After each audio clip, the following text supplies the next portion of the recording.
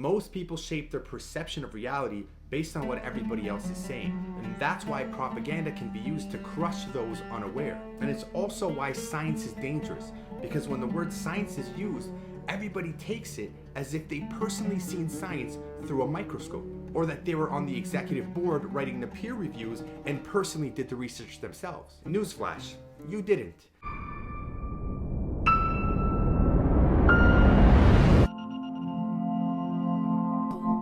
Instead, you trusted an unknown person in the unseen that in most cases have a monetary interest in one way or another. What seems natural to the naked eye in reality is all controlled. So when you face hardship, and trust me, hardship will come, it's only because you allowed yourself to not be prudent with the information that came to you. And now you reap the fruits of your labor, or in this case, the hardship of your labor.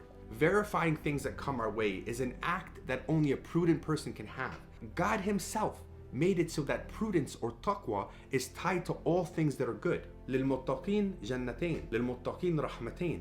All sins erased for those that are muttaqeen, or for the ones with taqwa or prudence. أَكْرَمَكُمْ عَنْدَ اللَّهِ أَتْقَاكُمْ. God says the way I measure isn't by gender, tribe, or race. It's by the level of caution or prudence one has towards anything and everything. Now this is something that people never talk about. It's the end all be all. You basically are exempt from all mistakes that are liable to you if you actually embody this characteristic. So not only do you have to practice being cautious on your day-to-day interactions, but also when it comes down to God.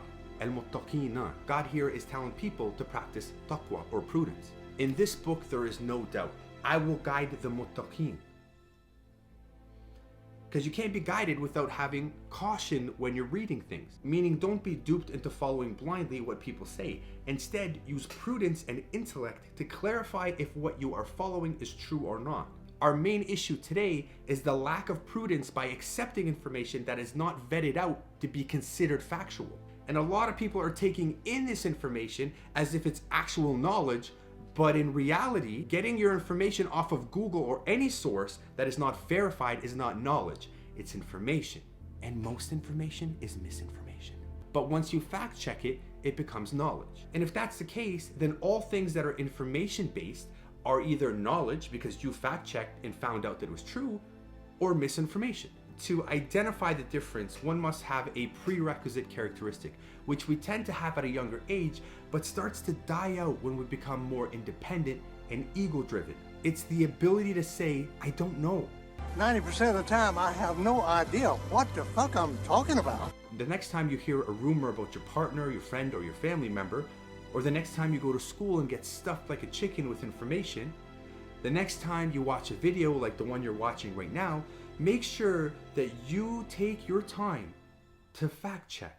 Unless you spend your time verifying it, you really don't know if it's true or not. How much manipulation can be spread if those in charge know that you don't verify? Imagine your boss at work promises you $20 an hour, knowing 100% that you're never gonna check your pay stub. It leaves a lot of room for manipulation, injustice, and fewer vacations. History has been manipulated, religion has been inherited, racism has been created, relationships have ended, all because we are too lazy to fact check. Do you have proof? Did you witness it? Were you there? Because whatever you read or hear is not true until you validate the information. This is practicing taqwa or having prudence, and it's the opposite of being reckless, and most people are reckless. Hence why God says, I've created you amma taqiyya, amma fajr. You're either going to be taking in information recklessly and have the intelligent control you, or you're going to be very careful with your information and take control of your own destiny. But it becomes harder to decipher if somebody is being reckless or prudent when it comes down to trust. And this is where mankind gets hit with the plague. If I can't reproduce or fact check whatever information I've received, but was able to validate it whatever way I could, amant, or I trusted in it. Key word here is I trusted. Now, if I'm ever to tell somebody, a person told me this thing that I personally haven't fact checked yet, what should be said is, he told me and I trusted him. I've built rapport and a trust system enough to where the trust ends at me. I can actually validate it to some degree. So I'll accept this on the basis of faith. Now, if I tell somebody to do the same and they've never built that same trust factor with that person, they are risking being reckless. That's why God says, "El-muttaqina alladhina yu'minuna bil-ghayb." There comes a time that you have to just trust God in matters unknown. Let's paint the picture. Everything in God's book is obvious and evident to be true. But God says most people will not follow his book. Even the ones that claim that they're following really aren't. Most people won't take the book as their authority.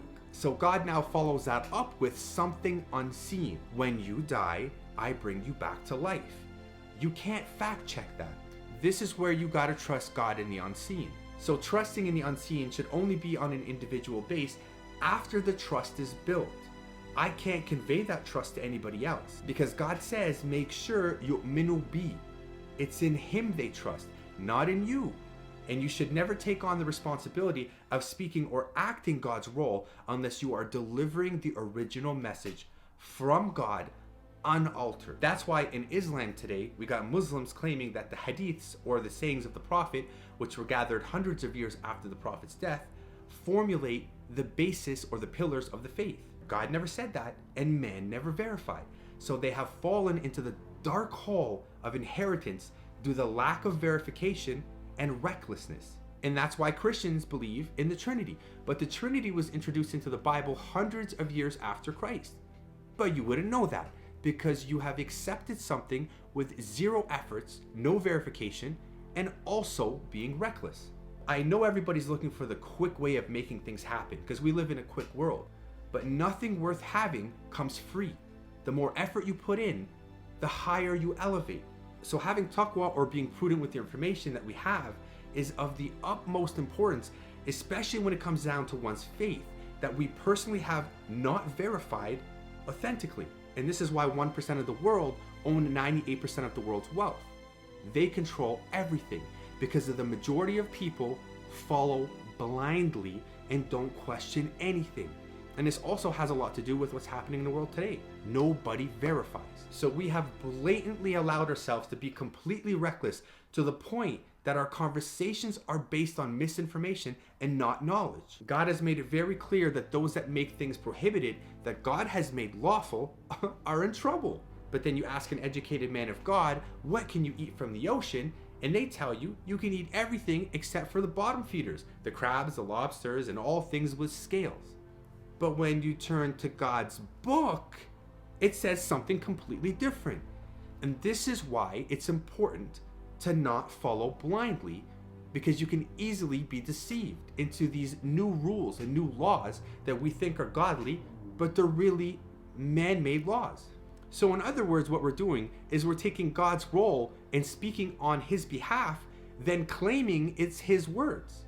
And because you don't verify, people just take it as if it actually is God's words when it really isn't. Being prudent is a discipline that we should use with all information that comes our way, and choosing to accept it or deny it is that which shapes our speech, our actions, and our reality. So you don't become fajr or reckless when you are mistaken. You're just misinformed.